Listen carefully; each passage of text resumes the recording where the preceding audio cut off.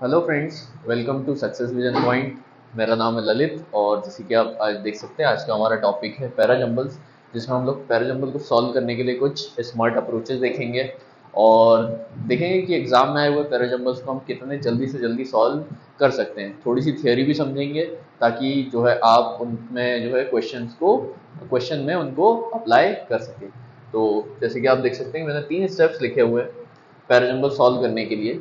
आप किसी भी टीचर से पढ़ेंगे तो बेसिकली वो यही 3 स्टेप्स आपको बताएंगे कि आपको रीडिंग अच्छी करनी पड़ेगी, प्लस आपकी थोड़ी सी अंडरस्टैंडिंग अच्छी होनी चाहिए और उसके साथ में आपकी जो प्रैक्टिस है वो टॉप नॉच होनी चाहिए कि आप जितने ज़्यादा प्रैक्टिस क्वेश्चन करोगे उतने ज़्यादा आपकी जो है क्वेश्चन जो है सही होने की प्रोबेबिलिटी बढ़ेगी। तो आप देख सकते हैं, आप रीडिंग करने के लिए आप कोई भी नॉवेल पढ़ सकते हैं या फिर कोई भी आप पेपर पढ़ सकते हैं, बट एटलीस्ट आपको मिनिमम 20 to 30 मिनट्स अपनी रीडिंग के लिए जो है डिवोट करने पड़ेंगे। आप किसी भी फॉर्म में रीडिंग करिए बट एटलीस्ट 20 to 30 मिनट्स करिए, जिससे कि आपकी जो ग्रामर की मिस्टेक्स हैं वो भी थोड़ी सी दूर होगी। और उसके अलावा जो भी आप पैराजंबल सॉल्व होंगे आपके, प्लस आरसीज आते हैं हमारे एग्जाम, वो आप जल्दी सॉल्व कर सकते हैं। कॉम्प्रिहेंशन वाला जो पूरा सेक्शन है वो जल्दी कैसे सॉल्व होगा आपकी रीडिंग पर डिपेंड करेगा। प्लस फिर आपके साथ उसकी थोड़ी सी अंडरस्टैंडिंग होनी चाहिए, क्योंकि पैराजंबल में हम लोग रीडिंग तो कर लेते हैं, बस कई बार हमारी अंडरस्टैंडिंग नहीं बैठ पाती है कि किसके बाद कौन सा ऑप्शन आएगा या कौन सा सीक्वेंस बनेगा।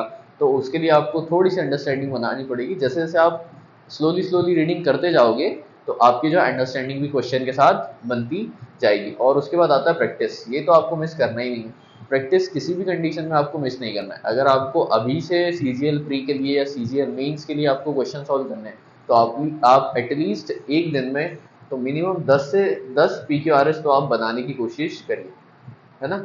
भले ही आप टाइम टेकिंग आपको अभी टाइम टेकिंग लगेगा, बट हाँ ये आगे जाके आपको बहुत ज़्यादा मदद करेगा। तो अभी हम लोग सीजीएल में आए हुए कुछ पैराजंबल्स देखने वाले हैं, उनको सॉल्व करने की कुछ स्मार्ट अप्रोचेस देखेंगे। आप जो है वीडियो को पॉज करके पहले खुद से क्वेश्चन सॉल्व करने की कोशिश करेंगे, देन फिर मैं आपको थोड़ा सा उनका स्मार्ट तरीका बताऊंगा कि कैसे आप इन क्वेश्चन को जल्दी एग्जामिनेशन हॉल में सॉल्व कर सकते हो। जी, जैसे कि आप देख सकते हैं, पहला क्वेश्चन है, आप अगर देखेंगे तो ये जो क्वेश्चन है सीजीएल टीयर 1 में 19 तारीख को आया था शिफ्ट 4 में। तो पहले आप वीडियो को पॉज करिए, देन इसको सॉल्व करने की कोशिश करिए, फिर देखते हैं कि आपका आंसर क्या होता है और आंसर क्या आता है। तो होपफुली आपने वीडियो पॉज किया होगा और क्वेश्चन को सॉल्व किया होगा। तो पैराजंबल सॉल्व करने के लिए आपको देखना होता है कि पहले हमारे पास क्या है, ऑप्शन क्या दिए हुए हैं। जैसे कि आप देखेंगे ऑप्शन है हमारे पास जो ओपनिंग स्टेटमेंट है, हमें बेसिकली सबसे पहले हमें क्या करना है, ओपनिंग स्टेटमेंट ढूंढना है प्लस पेयरिंग करनी है। तो अगर आप ओपनिंग स्टेटमेंट ढूंढ ले जाते हैं तो बहुत अच्छी चीज़ है, नहीं होता तो आपको पेयर करना पड़ेगा कि किस सेंटेंस के बाद कौन सा पेयर सेट होगा या कहाँ पर कौन सी चीज़ आने वाली है। तो देख लेते हैं, जैसे कि आपके पास इस ऑप्शन में इस क्वेश्चन के ओपनिंग स्टेटमेंट दिखते हैं, सी है प्लस बी है आपके पास, एन डी है, यानी कि आपका ओपनिंग स्टेटमेंट ए नहीं हो सकता है। तो आप ए को उतना ज़्यादा नहीं देखेंगे, यानी आप अगर देखेंगे भी तो ए में दिया हुआ है सो आपका कंजंक्शन होता है ना, जो रिजल्ट शो करता है। तो आप जब सो से आपकी सेंटेंस की शुरुआत नहीं हो सकती। आप जब भी सेंटेंस को इंट्रोड्यूस करेंगे तो आप किसी भी नाउन से स्टार्ट करेंगे, और इन जनरल प्रोनाउन भी हमारा सेंटेंस की शुरुआत नहीं करता है, बट कभी कभी हो भी जाता है। जैसे कि हम इसी स्लाइड में देखेंगे कि एक क्वेश्चन है जहाँ पर आपने प्रोनाउन से भी सेंटेंस की शुरुआत की हुई है। ओके, तो आपका ए स्टेटमेंट नहीं है ओपनिंग, है ना, तो आप यहाँ से ऑप्शंस हटाते चलते हैं। प्लस देख लेते हैं कि आपका ओपनिंग स्टेटमेंट सी भी है एंड बी है और डी है। डी ओपनिंग स्टेटमेंट नहीं हो सकता क्योंकि डी में आपको फिर से क्या दिख रहा है, बट दिख रहा है। बट जो होता है कंजंक्शन भी होता है और प्रीपोजिशन भी होता है, तो डी भी आपका ओपनिंग स्टेटमेंट नहीं हो सकता है। तो आपने यहाँ से जो डी ऑप्शन है वो वैसे ही हटा दिया है। हमने अभी पूरा ऑप्शन भी नहीं पढ़े हैं, ना ही पूरा पैसेज पढ़ा है, बट हमने अभी जस्ट इन जनरल अंडरस्टैंडिंग के हिसाब से 2 ऑप्शन हटाए। अभी आपका ओपनिंग स्टेटमेंट बी भी हो सकता है, सी भी हो सकता है, दोनों हो सकते हैं। तो बी में देखेंगे आप, the uniqueness of this nation. जैसे ही मैंने यहाँ तक इस क्वेश्चन को पढ़ा तो यहाँ मुझे एक चीज दिखी, दिस नेशन। कौन सा नेशन? आप इस दिस नेशन से पहले इस नेशन को इंट्रोड्यूस करेंगे, देन फिर आप उस नेशन के बारे में बताएंगे। तो आपका बी ओपनिंग स्टेटमेंट भी नहीं हो सकता है। तो आपके पास बचा है 2 ओपनिंग स्टेटमेंट, एक ही ओपनिंग स्टेटमेंट है, बेसिकली सी होगा। तो आपका ओपनिंग स्टेटमेंट है सी। तो सी स्टेटमेंट हम लोग पढ़ लेते हैं पहले कि क्या दिया है। India, a very large country with many religious, many cultures and many languages, has been achieving success in all fields. हाँ जी, तो आप जो बात कर रहे थे दिस नेशन, ये दिस नेशन किसके लिए आपने इंट्रोड्यूस किया है? इस इंडिया के लिए। तो सी जो है आपका बेसिकली ओपनिंग स्टेटमेंट है। तो ओपनिंग स्टेटमेंट सी है। देन आप अगर बात करेंगे तो सी के बाद ए भी हो सकता है, सी के बाद बी भी हो सकता है। तो सी के बाद हम ए पढ़ लेते हैं। So the problems of India should not be viewed as the failure of this great nation. आपने सी में इंडिया के बारे में इंट्रोडक्शन दिया है कि यहाँ पर क्या है, बहुत सारे रिलीजन हैं, यहाँ पर कुछ बहुत सारे जो है मिनी कल्चर्स है और लैंग्वेजेस के बारे में बात की हुई है। तो आप सडनली उठा के यहाँ पर किसी भी प्रॉब्लम के बारे में बात नहीं कर सकते हो। तो सी के बाद जो है हमारा ए स्टेटमेंट नहीं जुड़ने वाला है। तो इस तरीके से हमारा जो जो आंसर बनेगा वो क्या बनेगा? सी बी डी ए, है ना। आप आंसर भी पढ़ सकते हैं, काफी बड़ा स्टेटमेंट है तो मैं इतना बड़ा स्टेटमेंट नहीं पढ़ूंगा, है ना। तो आप पढ़ सकते हैं कि आप अगर पढ़ना चाहते हैं तो आप इजीली पढ़ सकते हैं। हाँ जी, सी में लिखा है कि India a very large country with many religious, many cultures and many languages has been achieving success in all fields. The uniqueness of this nation lies in its unity and diversity, due to which there are problems here and there at times. तो देखेंगे आपकी B statement में आया है problem, तो इस B statement से ही आप कहीं ना कहीं जो है लास्ट में सोचे कंक्लूजन निकालेंगे। तो आप यहाँ से भी आंसर तक पहुंच सकते हैं। तो आपका जो आंसर बनेगा वो बनेगा बी।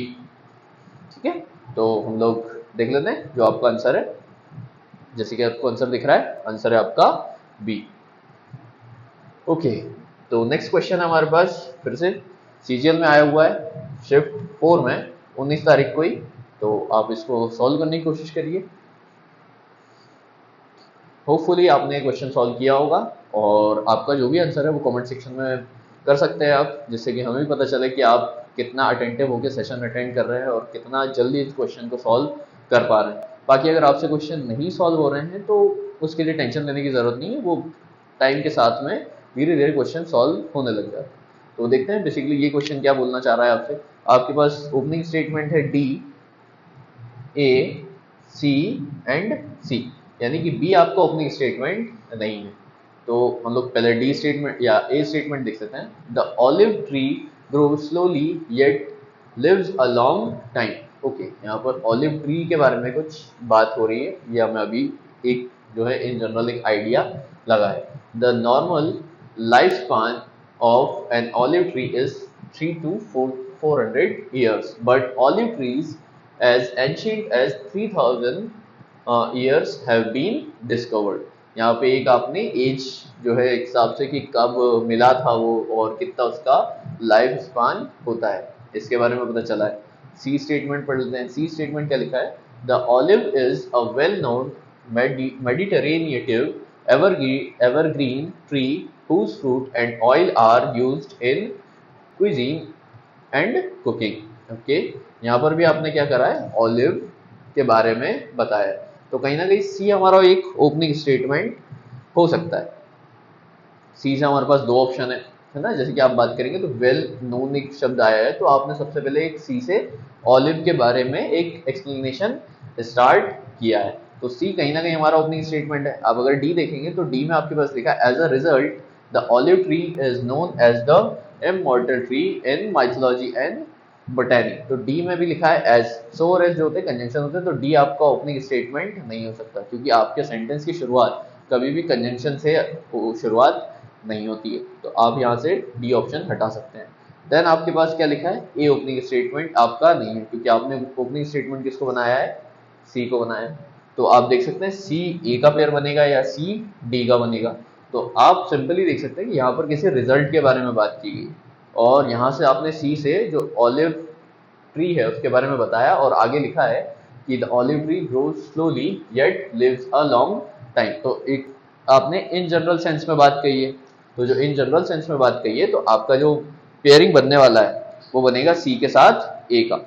सी के साथ अगर ए का पेयर बनेगा तो आंसर आपका ये बनेगा, सी के बाद ए, देन उसके बाद B, B then last D. आप अगर यहाँ से ऑप्शन के थ्रू भी देख सकते हैं। अगर आपने एक ऑप्शन जो है एलिमिनेट कर दिया है तो आपके पास लास्ट ऑप्शन डी दिख रहा है, यहाँ डी दिख रहा है और यहाँ भी डी दिख रहा है। ओपनिंग स्टेटमेंट आपका सी बनेगा, प्लस आप अगर देखेंगे एज अ रिजल्ट आप किसी भी कंक्लूजन के बारे में बात करेंगे तो सी आपका ओपनिंग स्टेटमेंट होने वाला है और जो है डी लास्ट स्टेटमेंट। आप यहाँ से भी सही आंसर पे पहुंच सकते हैं। तो देख लेते हैं कि सही आंसर क्या होने वाला है। हाँ जी, ओपनिंग ऑप्शन है आपका सी ऑप्शन। ओके, तो ये काफी बड़ा एक पैसेज, ये काफी बड़ा पैराजंबल आया था एग्जाम में, और जिसके एग्जाम में आया होगा तो सोच सकते हैं उसकी क्या हालत हुई होगी।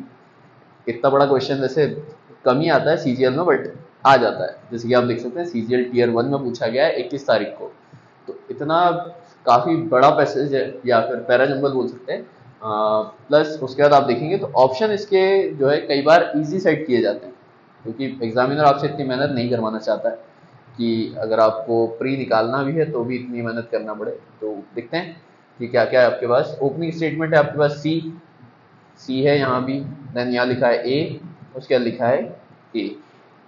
तो सी स्टेटमेंट देखिए काफ़ी बड़ा स्टेटमेंट है, तो इतना तो एग्जाम में पढ़ना पॉसिबल नहीं हो पाता है, बट हाँ देखते हैं कहाँ तक पढ़ सकते हैं। The lad for he was only a lad. अब यहाँ पर दिखा है ही जो है आपका एक प्रोनाउन है, इसके लिए पहले कोई ना कोई तो नाउन इंट्रोड्यूस हुआ होगा, तो आपका क्या नहीं हो सकता है सी कभी भी ओपनिंग स्टेटमेंट तो नहीं लग रहा है मुझे। तो आप यहाँ से दो ऑप्शन वैसे ही हटा सकते हैं। अच्छा, आपके पास दो ऑप्शन बचे अभी भी, ए डी हो सकता है और ए सी हो सकता है। तो ए स्टेटमेंट पढ़ लेते हैं पहले हम कि क्या लिखा है। It was the night before the day fixed for his coronation and the young king was sitting alone in his beautiful chamber. हाँ जी, तो देख सकते हैं आप यहाँ पर किसी एक किंग के बारे में बात हुई है और अकेले बैठा हुआ है वो, आपने क्या एक चैम्बर में। तो ये कहीं ना कहीं हमारा एक जो है ओपनिंग स्टेटमेंट बन सकता है। तो अब देख सकते हैं ए के बाद सी बनेगा एंड या फिर डी बनेगा। तो ए के बाद डी दिया हुआ है जो आपने पढ़ा, he was only lad being 16 years of age was not sorry at their departure. यहाँ पर वो सिटिंग होने की बात चल रही है यानी बैठा हुआ है, और यहाँ पर एट देयर डिपार्चर यानी कि निकलना या फिर चले जाना किसी सेंस में यूज होता है। तो ए के साथ डी का पेयर भी नहीं बनने वाला है। तो आपके पास जो ऑप्शन बनेगा वो बेसिकली क्या बनना चाहिए, ए के साथ सी का पेयर लग रहा है मुझे, ए के साथ सी होना चाहिए। बाकी देखते हैं क्या बनता है ना। जैसे कि आप देख सकते हैं कि यहाँ पर चैम्बर के बारे में, his courtier had all taken their leave of him bowing their heads to the ground according to the ceremonious usages of the day. इस तरीके से जो है वो वहाँ से निकलते जा रहे थे। तो आप ए के बाद डी का पेयर बना सकते हैं, ए के बाद डी का पेयर बनेगा, ए के बाद डी जो है आपके पास ऑप्शन सी में दिया हुआ है। ओके, नेक्स्ट क्वेश्चन में देखते हैं। नेक्स्ट क्वेश्चन है आपके पास, इन 1944 he was honored by King George VI। यहाँ पर भी आपके पास क्या है, एक प्रोनाउन दिया है ही किसके लिए इंट्रोड्यूस हुआ है। तो ही अगर देखेंगे तो ओपनिंग स्टेटमेंट आपका सी नहीं हो सकता है। प्लस आपके पास अभी तीन ओपनिंग स्टेटमेंट है, डी भी हो सकता है, बी भी हो सकता है और सी भी हो सकता है। बी में लिखा है on receiving this great honour. कौन सा ग्रेट ऑनर के बारे में बात अभी बताई नहीं गई है, तो आपका बी भी ओपनिंग स्टेटमेंट नहीं हो सकता है। आप अगर सी में देखेंगे तो फ्लेमिंग के बारे में बात की गई है। Fleming become famous overnight and was regarded as one of the most distinguished scientist of his time. हाँ जी, तो ये ओपनिंग स्टेटमेंट कहीं ना कहीं अभी हो सकता है, तो इसको अभी होल्ड करके रख सकते हैं। डी देखते हैं, द नेक्स्ट ईयर लिखा है यानी कि नेक्स्ट ईयर कुछ ऐसा हुआ था, तो डी भी हमारा ओपनिंग स्टेटमेंट नहीं हो सकता। जब तक अभी आपने इंट्रोडक्शन किया ही नहीं है तो आपने नेक्स्ट ईयर के बारे में प्रिडिक्शन कैसे कर दी, तो ये भी हमारा ओपनिंग स्टेटमेंट नहीं हो सकता। तो आपका बेसिकली बाय डिफॉल्ट आंसर क्या बनेगा, डी, कि जिसमें आपने क्या करा, पहले फ्लेमिंग को इंट्रोड्यूस किया है, देन उसके ऑनर के बारे में बताया है। ठीक है, तो आप एग्जाम में भी आपको यही अप्रोच लगानी है। पूरा पैसेज अगर पूरा पैराजंबल आपको सॉल्व नहीं करना है, आप आंसर देख सकते हैं इसका। ओके जी, नेक्स्ट है आपके पास, नेक्स्ट क्वेश्चन है जो कि 26 तारीख को पूछा गया है शिफ्ट 2 में। पढ़ लेते हैं क्वेश्चन क्या लिखा है। This has an impact not just on global poverty but also on India's awareness of the countries poverty of the first time in a decade. ठीक है, यहाँ कुछ इंडिया की गरीबी के बारे में बात चल रही है। तो ए हमारा जो ओपनिंग स्टेटमेंट है वो ए तो था ही नहीं, ए हमने पढ़ना नहीं चाहिए था, बट ठीक है, हमने पढ़ना है क्या, सी भी हो सकता है, डी भी हो सकता है, डी बी भी है और सी ए है। तो आपको बेसिकली ये देखना है कि सी बी का पेयर बनेगा, डी बी का बनेगा, डी बी हो सकता है, सी ए हो सकता है। तो पहले हमें ओपनिंग स्टेटमेंट ढूंढना है। From 15 September 2022 a new global poverty line has been established with the World Bank revising its data in the poverty and inequality platform of this basis आया है, यानी कि कोई ना कोई एक आपका क्या कह सकते हैं कि किसी ना किसी के आधार पर वो जो है किया हुआ है। ओके, तो देखते हैं, उसके बाद और कुछ और पढ़ते हैं हम लोग आगे, ताकि और थोड़ा सा हम लोगों को क्लैरिफिकेशन मिले। ओके, तो सी तो हमारा ओपनिंग स्टेटमेंट होना चाहिए। अगर आप बात करेंगे कि आपने किस बेसिस पे किया है कि ये जो पॉवर्टी लाइन है, आपने ये एक डेटा के बारे में भी यहाँ पर बात की है, तो सी हमारा ओपनिंग स्टेटमेंट होना चाहिए। बट डी भी देख लेते हैं। According to Sunita Sinha Roy and Roy van der of the world Bank's policy research working paper, poverty in India had dropped over the recent decade, although not as much as previously thought. तो ये D हमारा opening statement नहीं हो सकता, क्योंकि आप यहाँ पे देखेंगे किसी डिकेड के बारे में बात करेंगे, और डिकेड कौन सा है, ये 2022 का डिकेड है।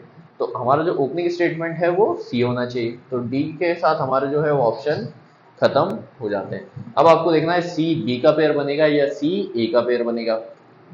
देखते हैं हम लोग आंसर क्या होना चाहिए इसका।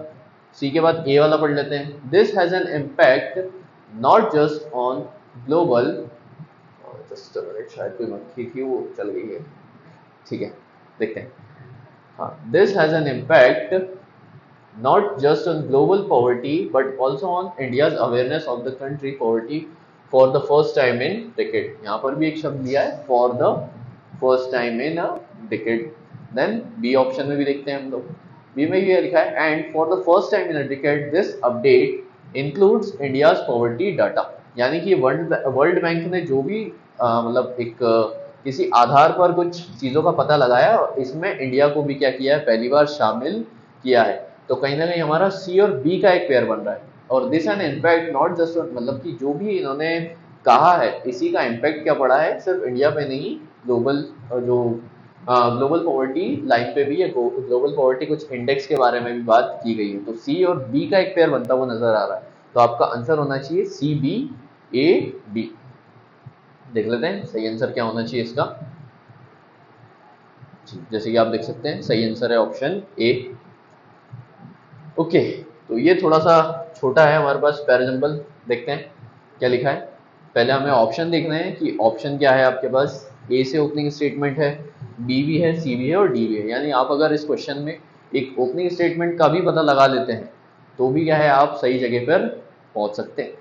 तो देखते हैं, दिवाली के बारे में बात की गई है तो पढ़ते हैं। पहले ओपनिंग स्टेटमेंट ए ही पढ़ लेते हैं। Diwali referred to as the festival of lights ushers in the winter season with joy, shopping presents, and display of new occasions and celebrations such as Dussehra, Dhanteras, Govardhan, भाई दूज एंड नरक चतुर्दशी। यानी कि दिवाली के बारे में ही जो है सारी की सारी कहानी कही गई है।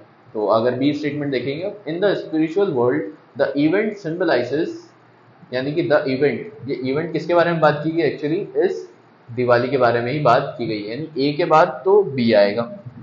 ए के बाद बी देख लेते हैं। ए के बाद बी यहाँ पर है, यहाँ पर बी ए पहले दिया हुआ है, बी भी पहले दिया है, बी भी पहले दिया है। तो ये आपके जो है ऑप्शंस नहीं हो सकते।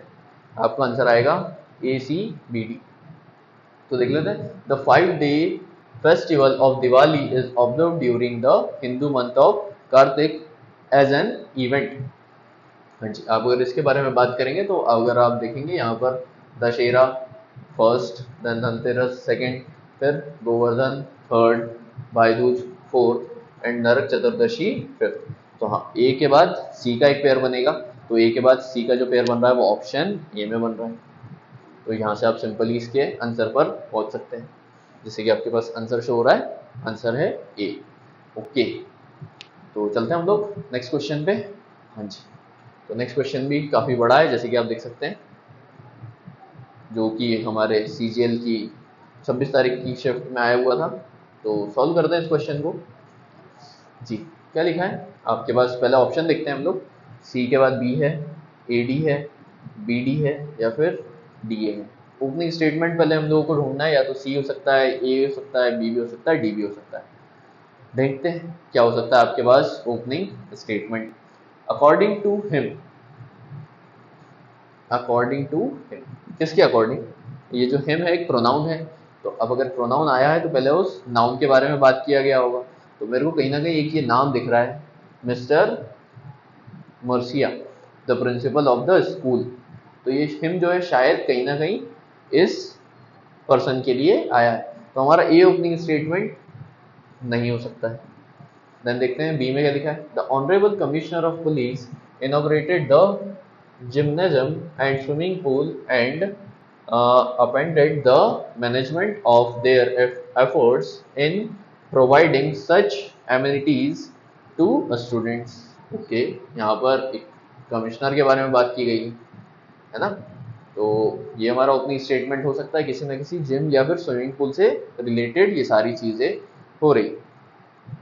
हाँ, आप अगर देखेंगे तो यहाँ पर सी हमारा ओपनिंग स्टेटमेंट देख सकते हैं आप। A new indoor gymnasium and swimming pool was inaugurated at APJ international school Goa. तो हमारा स्टेटमेंट जो है सी सही होना चाहिए ओपनिंग स्टेटमेंट के लिए। हाँ, उसके बाद देख सकते हैं अकॉर्डिंग टू हिम, नहीं सॉरी बी देखते हैं। The honourable commissioner of police inaugurated, हाँ जी, तो ये जो है यहाँ पर आपने जिम की ओपनिंग बताई है, देन इनॉग्रेशन किसने किया है? कमिश्नर ऑफ पुलिस ने। तो आपने कहीं ना कहीं सी के बाद बी में सेंटेंस को आगे बढ़ाया है, तो आपका जो आंसर है वो CBDA होना चाहिए। Mister Mercilia the principal of school familiarized the guests about the cost incurred and the various facilities available। इस तरीके से ये आपने बात कही है डी में। देन अकॉर्डिंग टू हिम, यानी कि जो भी प्रिंसिपल है इसके अकॉर्डिंग, तो ए हमारा लास्ट स्टेटमेंट होना चाहिए। तो आपका सही आंसर बनेगा ए। ओके, आंसर देख सकते हैं आप, ए स्टेटमेंट आपका सही है। ओके, तो ये फिर से हमारे पास काफ़ी बड़ा सा एक पैराजंबल है, इन्हें सॉल्व करना अपने आप में मुश्किल का काम है, बट ठीक है, एग्जाम में जब आपके सामने ये आते हैं तो आपको सॉल्व करने पड़ेंगे अगर सिलेक्शन लेना है तो। ठीक, देखते हैं क्या लिया है हमारे पास। हाँ, ओपनिंग स्टेटमेंट देखते हैं कहाँ से मिल सकता है। बी से है, देन सी से है, ए भी है और ए से ओपनिंग स्टेटमेंट है। तो पढ़ते हैं हम लोग, बी पढ़ लेते हैं। Through the development of the technologies, telecommunications, transportation and other areas, globalization has developed very quickly in the last few decades, resulting in economic, social, political and cultural integration on a global scale। Okay, तो ये हमारा opening statement हो सकता है। B देखते हैं। आप अगर देखेंगे सी में हमें दिखा है globalisation has made significant positive contribution to economies all across the world. तो सी हमारा ओपनिंग स्टेटमेंट होना चाहिए। सी यदि हमारा ओपनिंग स्टेटमेंट होना चाहिए तो हम लोग यहाँ पर जा सकते हैं, बट सी के बाद क्या डी का एग्जाम्पल बन रहा है, पढ़ लेते हैं। For example, science and technology have made remarkable strides providing business with a fantastic opportunity to expand quickly even outside of national borders।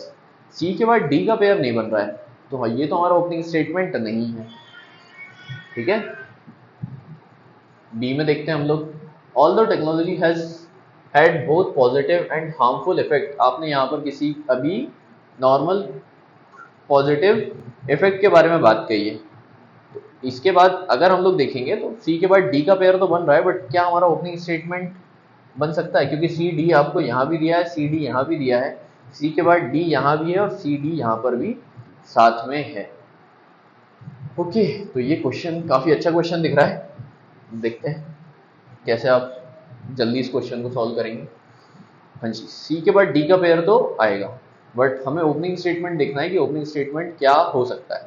Opening statement आपका कहीं ना कहीं जो लग रहा है वो ये हो सकता है, through the development of technologies telecommunications and transportation other areas globalisation has developed. यहाँ पर आपने ग्लोबलाइजेशन के बारे में बात पहले यहाँ पर इंट्रोडक्शन आया है, तो हमारा ए ओपनिंग स्टेटमेंट होना चाहिए। अगर ए ओपनिंग स्टेटमेंट होना चाहिए तो हमारा ये भी आंसर हो सकता है और ये भी आंसर हो सकता है।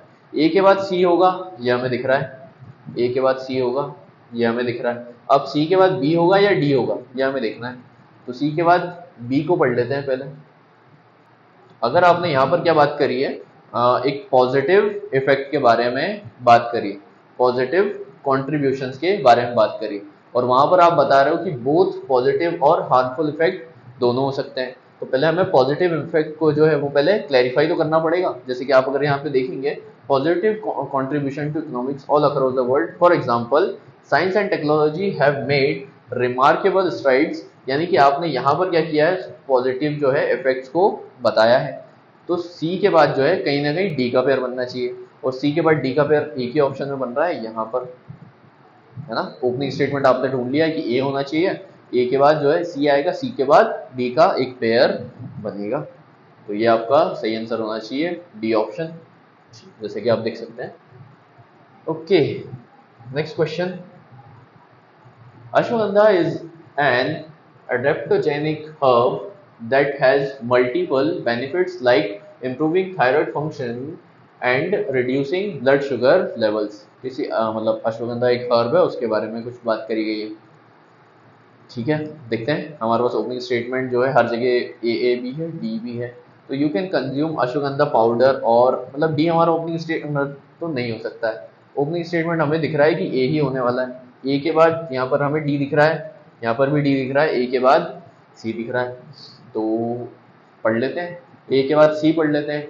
It reflexes the nervous system and lowers cortisol, stress hormone बोलते हैं जिसे, levels in the blood, thus making you feel calm and relaxed. A के बाद सी का पेयर बन रहा है या डी का पेयर बन रहा है, तो आप देख सकते हैं कि ए के बाद सी जो है वो मोस्ट सुटेबल लग रहा है, क्योंकि यहाँ पर एक कंज्यूम करने की बात की गई है। अभी हम जो है अश्वगंधा से हमने शुरुआत की है सेंटेंस की, तो हम उसी को जस्ट आगे बढ़ा रहे हैं। ए के बाद पेयर बनना चाहिए सी का, सी के बाद देन डी आना चाहिए।